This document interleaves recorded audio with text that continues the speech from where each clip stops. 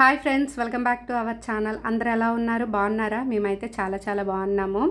ఇది సాటర్డే రోజు అనమాట. మార్నింగ్ 8:15 అలా స్టార్ట్ చేశాను వీడియో అయితే. ఇంక ఇక్కడ చూడండి ఎంత ప్రశాంతంగా ఉందో, మార్నింగ్ ఎంత చక్కగా ఉందో, మంచిగా కనిపిస్తుంది కదా మీకు. ముందు రోజు నైట్ అయితే మాకు చాలా భయం వేసిందండి. ఫ్రైడే రోజు అయితే ఇంకా భయంతోనే అలాగా మేము ఉన్నాం అనమాట నైట్. మార్నింగ్ చూస్తే ఎంత ప్రశాంతంగా అనిపిస్తుందో చూడడానికి. నైట్ అయితే కొంచెం వర్షం పడిందండి. ఇంక ఇక్కడ కిందన మీకు చూడండి వాటర్ గట్ట అంతా ఉంది. అందులో చక్కగా ఈ బర్డ్స్ అన్నీ స్నానం చేసుకుంటున్నాయి అన్నమాట. అవి కూడా బాగా మిస్ అయ్యాయి చల్లదనానికి. ఎంత హ్యాపీగా ఉన్నాయో, చక్కగా ఎంజాయ్ చేస్తున్నాయి వాటర్లోన. ముందు రోజు నైట్ అయితే చాలా భయం వేసిందండి. ఎప్పుడూ లేదనమాట వైజాగ్లో. నేను పుట్టిన తర్వాత అయితే చూడడం ఫస్ట్ టైం అనుకుంటాను. ఎప్పుడు నేను చూడలేదు అలాగా అంత గర్జనలు బీభత్సంగా ఎప్పుడూ లేదండి. మీకు ఇక్కడ చూపిస్తాను చూడండి. ముందు రోజు నైట్ జరిగింది వీడియో వస్తుంది.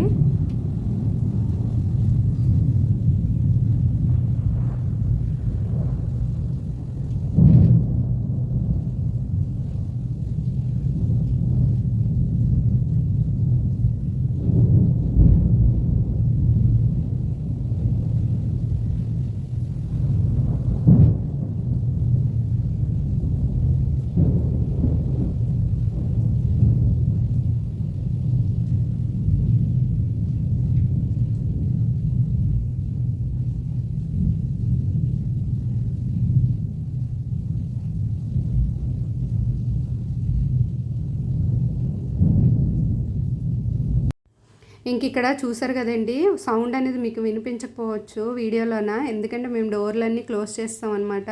కానీ మాకు మాత్రం చాలా గట్టిగా వినిపించడం, తర్వాత మా మీద ఏదో వచ్చి పడిపోవడం అలా అనిపించింది. ఇంకా చాలా భయం వేసిందండి. 2 అవర్స్ దగ్గర 2 అవర్స్ గట్టిగా ఇంకా అలాగే వచ్చాయన్నమాట. అస్సలు కంటిన్యూస్గా ఆగలేదు. ఇంకా నేనైతే అర్జున పాల్గొన అని చెప్పేసి నేను అనుకుంటున్నాను మనసులో. అంతా భయం వేసింది. ఇంకా నైట్ అయితే 12కి అలా స్టార్ట్ అయ్యాయండి మెరుపులు, అవి గర్జనలు గట్టా. మార్నింగ్ వరకు అయితే మామూలుగా అలా వస్తూనే ఉన్నాయి 4 వరకును. కానీ మధ్యలో 2 అవర్స్ మాత్రము చాలా అలాగ కంటిన్యూస్ పెద్దవన్నమాట. ఇంకా ఆకాశం భూమి కదిలిపోయినట్టు, ఇంకేదో వచ్చి అయిపోతుంది ఆ రోజు నైట్ అన్నట్టుగా అయిపోయింది. ఇంకా మాకైతే అలా అయిపోయిందండి ఆ రోజు నైట్ అయితే. నిద్ర పట్టలేదు. 2:30 వరకు అయితే నాకు నిద్ర లేదు.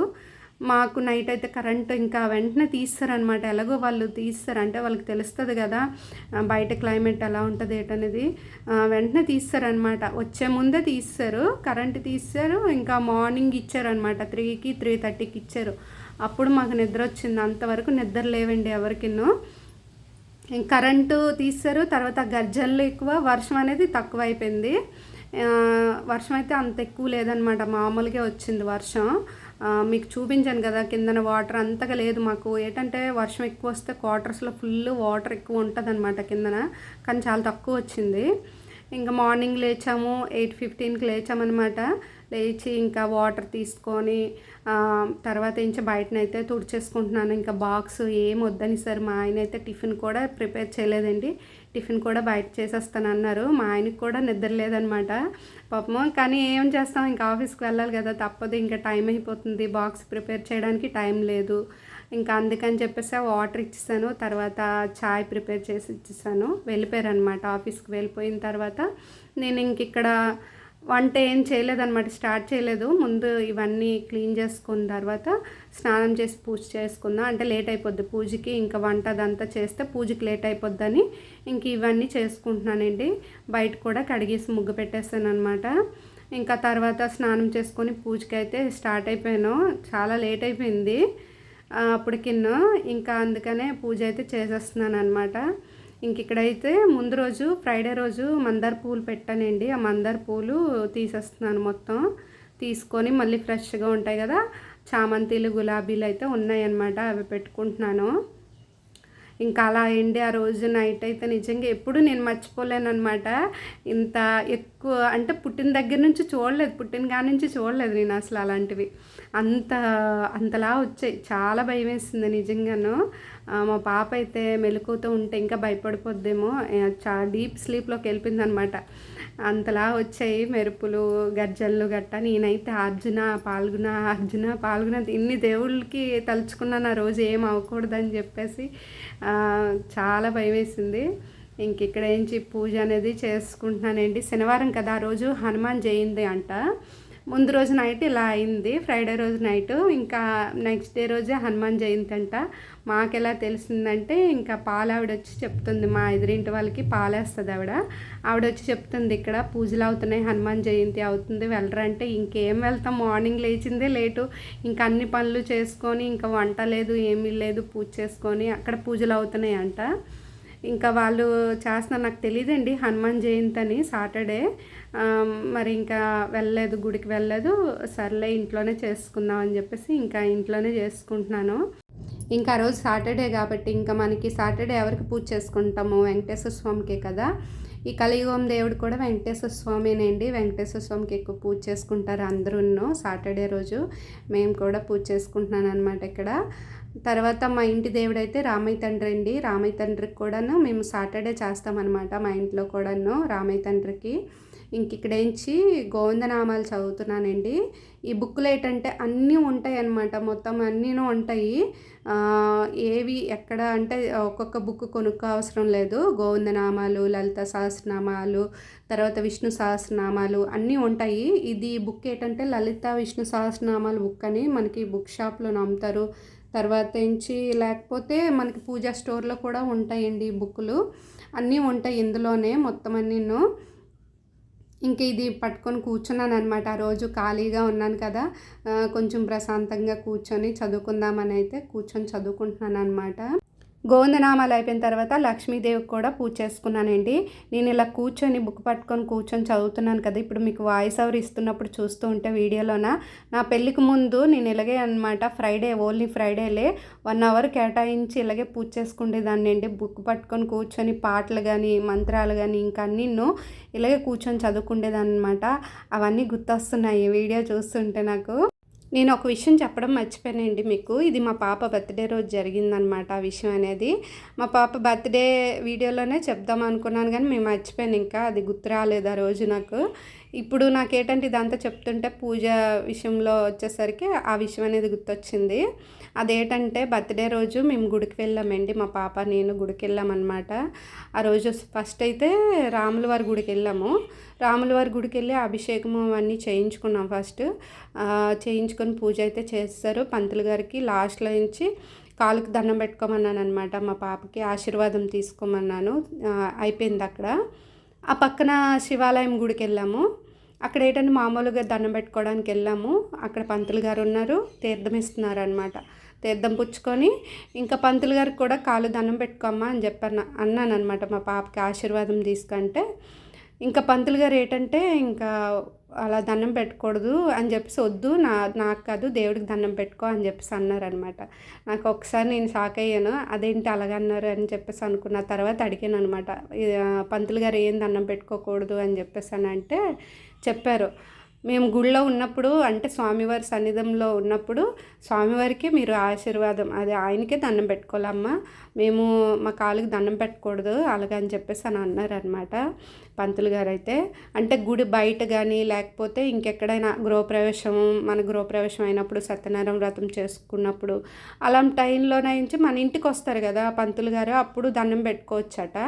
కానీ గుడిలో స్వామివారి సన్నిధంలో అయితే పంతులు గారు కాలుకి దండం పెట్టకూడదు అని అన్నారు.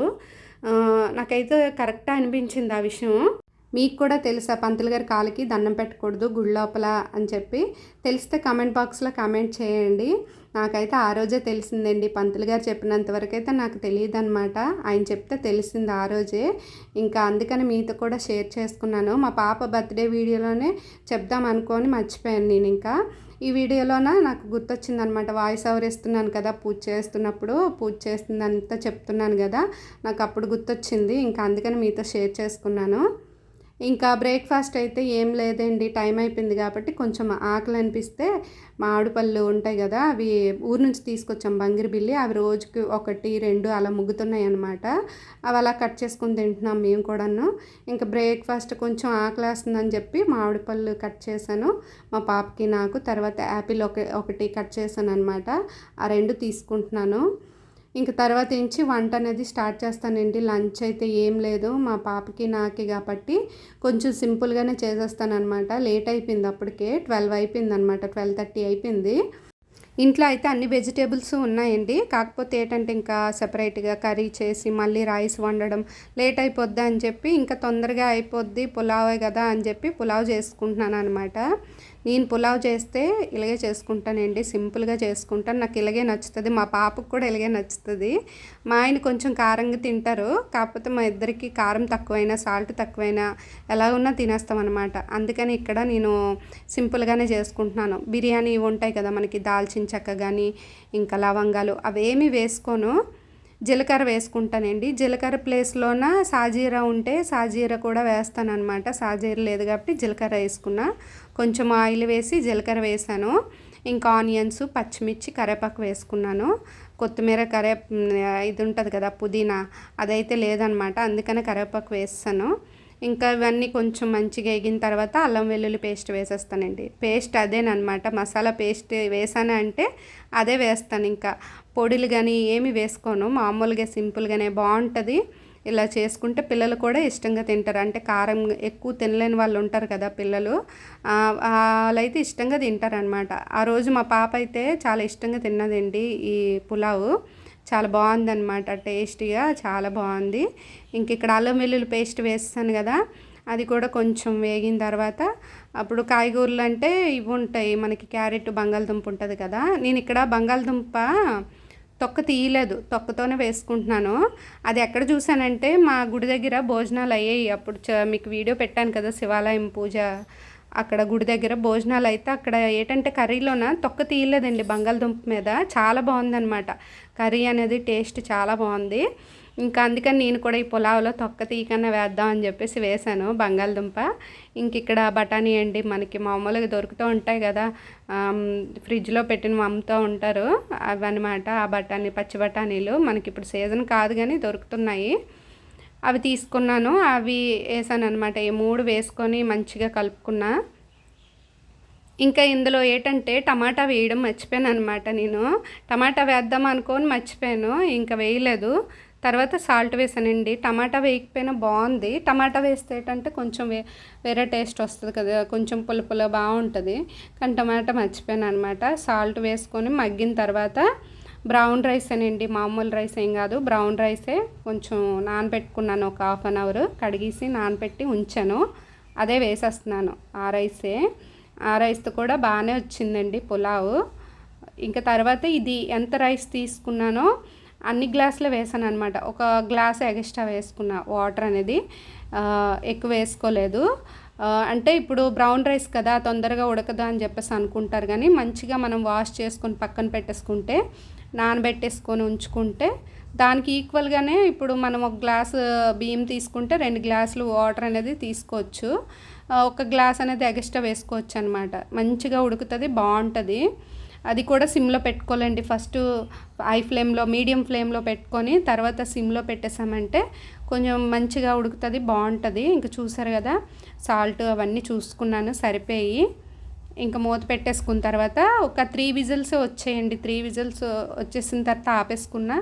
ఇంకా చూడండి మంచిగా ఉడికిపోయిందనమాట. ఇంక ఇందులోన మిల్లి మేకర్లు అవన్నీ వేసుకుంటే టేస్ట్ అనేది బాగుంటుంది, మంచిగా ఉంటుంది. టమాటా వేయడమే మర్చిపోయాను అనమాట నేను. ఇంకా చూసారు కదా బంగాళదుంప కూడా మంచిగా అలాగే ఉంది, అసలు అంటే మొత్తం ఇదైపోలేదు, బాగా వచ్చిందనమాట పులావు. ఇంకా ఆ రోజు లంచ్ ఇదేనండి మా పాపకి నాకైతే. సాటర్డే రోజు అయితే ఇలా జరిగిందనమాట, మార్నింగ్ నుంచి ఆఫ్టర్నూన్ వరకు అయితే. ఇంకా ఇదేనండి వీడియో నచ్చినట్లయితే తప్పకుండా లైక్ చేయండి, కొత్త వాళ్ళు చూస్తున్నట్లయితే లైక్ చేయండి, సబ్స్క్రైబ్ చేసుకోండి. Thanks for watching, bye.